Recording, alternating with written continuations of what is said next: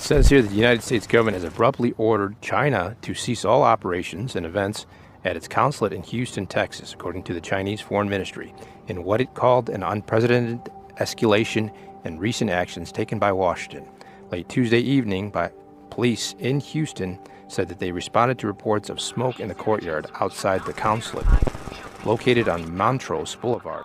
Tonight, China is vowing to retaliate after the U.S. accused the country of hacking into companies doing coronavirus vaccine research in the city's midtown area. Local media shared video of what appeared to be officials, that's Chinese officials, inside the compound burning documents. And this is a pretty common task taken on by any consulate office in any part of the world, by any country that has to shut down immediately.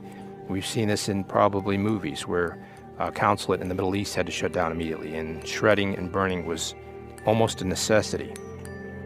Now, the points I'd like to bring up here, if you've been watching up to this point, is that Houston is one of the 3 port cities that China does have access to, one of the 3 largest port cities in the United States that China does have access to, and they also have been hotbeds of coronavirus. Now, I suggested that this was going to be, it just was going to be because of human trafficking. Now, I never did try to think that the association with human trafficking would be directly related to the CCP, but it's very possible now at this point. Some of the information that I've generated or read or even seen on alternate news media sites like NK News suggests that the CCP is no more than a gangster political party. And if it is in fact a gangster political party, then yes, they're going to have ties with the black markets. So finally, the other point I'd bring up is that the HHS has recently been hacked, and it's suggesting that it was hacked by the Chinese. The Office of Personnel Management was hacked by the Chinese as well. Both these offices have been trying to implement AI technology into their systems. Now, I do not disagree with AI technologies. They do have to be thoroughly reviewed, and the source code has to be thoroughly examined from an outside source other than those that are providing the services. I know that becomes very difficult. But when you have so much affiliations with AI, the Chinese, and their hands in the British AI, it's really hard to separate the two. So whether this was a hacking issue or an unauthorized access, it's going to be something that we'll have to see here soon. But we're running into a new problem here.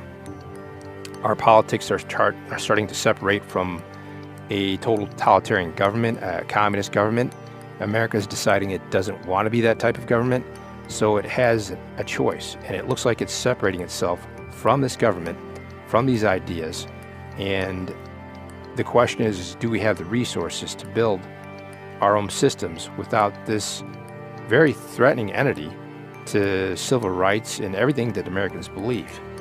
It's the Chinese Communist Party that's forcing this choice. The choice isn't between the United States, it's between freedom and tyranny.